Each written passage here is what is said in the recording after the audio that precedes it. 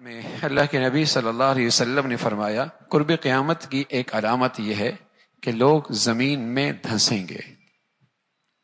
اور عائشہ رضی اللہ عنہ فرمانے لگیں یا رسول اللہ کیا جب اس امت کے اندر بھی ہوگا؟ فرمایا ہاں، اس امت کے اندر خسف بھی ہوگا، چہروں کی شکلیں بھی بدل جائیں گی اور آسمان سے پتھر بھی برسیں گے۔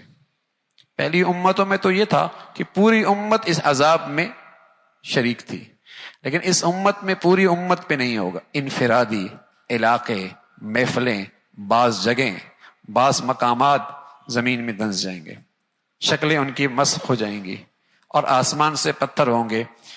تو عائشہ فرمانے لگے یا رسول اللہ انہلک وفینا الصالحون، اس امت کے نیک لوگ بھی موجود ہوں گے پھر بھی یہ ہلاکت ہوگی؟ فرمایا ہاں، اذا ظہر الخبث، جب گندگی زیادہ ہو جائے گی تو پھر اللہ کی یہ پکڑ آئے گی۔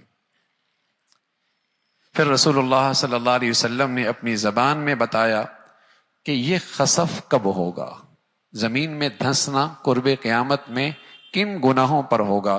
تو فرمایا المجاہرہ بالغناء والرفث، جب ناچ گانا کھلے عام ہونے لگ جائے گا، جب ناچ گانا کھلے عام ہو جائے گا، والمغازف، اور آلات موسیقی کھلے عام ہو جائیں گے، وشرب الخمور، اور شرابیں کھلے عام پی جائیں گی۔ عمران ابن حسین فرمانے لگے رضی اللہ تعالیٰ عنہ رسول اللہ صلی اللہ علیہ وسلم نے فرمایا فی هذه الامہ خسف ومسخ وقذف، اس امت کے اندر بھی زمین میں دھنسنا ہوگا، شکلوں کا مسخ ہونا ہوگا، آسمان سے پتھروں کا بارش ہوگی، لیکن کب یا رسول اللہ؟ مسلمانوں میں ہوگا۔ آپ نے فرمایا وَمَتَى ذَلِكَ، اس کے علاوہ کون اور اس کے علاوہ کس پر؟ فرمایا جب یہ مسلمان اسلام کے نام لیوا اذا ظہرت القینات والمغازف وشربت الخمور، گانے بجانے والیاں اور آلات موسیقی کی جب کثرت ہو جائے گی اور شرابیں پی جائیں گی، پھر اس امت کے اندر بھی زمین میں دھنسنا ہوگا۔ یہ جو آپ کو نظر آتا ہے نا کہ ٹیلنٹ پورے ملک میں تلاش کیا جاتا ہے، کون اچھا گلوکار بنتا ہے، یہ ہونا ہے اس لیے کہ قرب قیامت میں دھنسنا بھی تو ہے۔ جب تک یہ ٹیلنٹ تلاش نہیں ہوگا اس وقت تک یہ عام کیسے ہوگا؟ ٹیلنٹ تلاش کیا جاتا ہے نا، اور دانش گاہوں کے اندر، تعلیمی گاہوں کے اندر بھی کلاسز دی جاتی ہیں۔ اس نسل کو اب اسی کی ضرورت رہ گئی ہے، ناشتہ کہتا ہے گاتا کیسا ہے۔ پہلے میں اپنے بچوں کو اللہ کا نام سکھاتی تھی، اور جب وہ گنگناتا ہے تو کہتے ہیں بچے میں ٹیلنٹ بہت ہے۔ جب وہ گنگناتا ہے اماں کے سامنے ناچتا، ٹیلنٹ بہت ہے۔ پہلی مائیں بسم اللہ پڑھاتی تھیں، اللہ کا نام سکھایا کرتی تھیں، اللہ کی بات سکھایا کرتی تھی، پوری کوشش ہوا کرتی تھی ماؤں کی کہ بچے کی زبان سے سب سے پہلے اللہ کا نام لے، اور اللہ کرے اس کی برکت سے آخری کلمہ بھی اللہ کا نام کا ہو اور اللہ کے نبی کی بشارت ملے کہ سیدھا جنت میں چلا جائے۔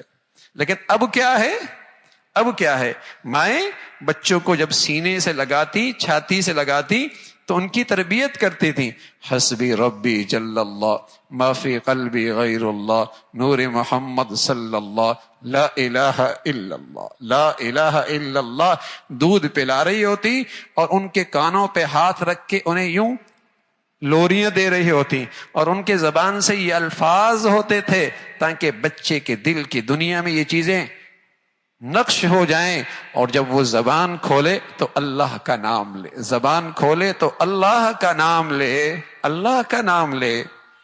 اور آج میرے عزیزو ابھی اس کی 2.5 سال کی عمر نہیں ہے، 3 سال کی عمر میں آپ نے تعلیمی ادارے میں بھیج دیا، وہاں اسے موسیقی کی کلاس سکھائی جا رہی۔ کیسی بدنصیبی ہے، عقل پر ماتم کیجئے، لاکھوں روپے بھی دیجئے اور اپنی اولادوں کو بھی ان کے حوالے کیجئے۔ ہاں، لاکھوں روپے بھی دیجئے اور اپنی نسل کو، اپنی اولادوں کو بھی برباد کیجئے، پیسہ بھی دیجئے اور اس اولاد کو اپنے لیے وبال بھی بنائیے۔ کیا دولت تھی اولاد جو مسلمانوں کے لیے صدقہ جاریہ تھی، اور بہترین زندگی کی صلاحیتیں اس کے اندر پیدا کرنے کا موقع تھا۔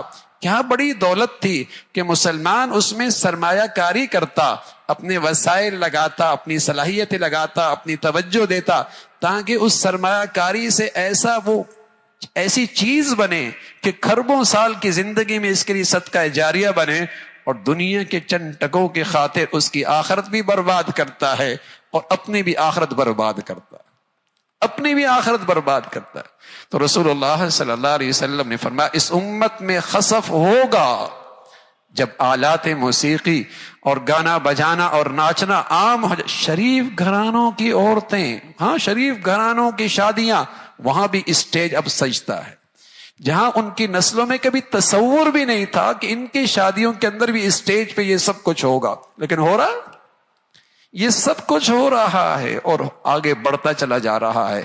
تو ہاں ہوگا، اس لیے کہ کبر قیامت میں زمین میں دھنسنا بھی تو ہے، مرنا بھی تو ہے، ہاں یہ قیامت کی شکل بھی پوری تو ہونی ہے۔ اللہ رب العزت ہمیں، ہماری نسلوں کو، ہماری اولادوں کو ان فتنوں سے اور ان گندگیوں سے ہمیشہ محفوظ فرمائے، اور اللہ اپنی ناراضگی سے، غضب سے ہمیشہ محفوظ فرمائے۔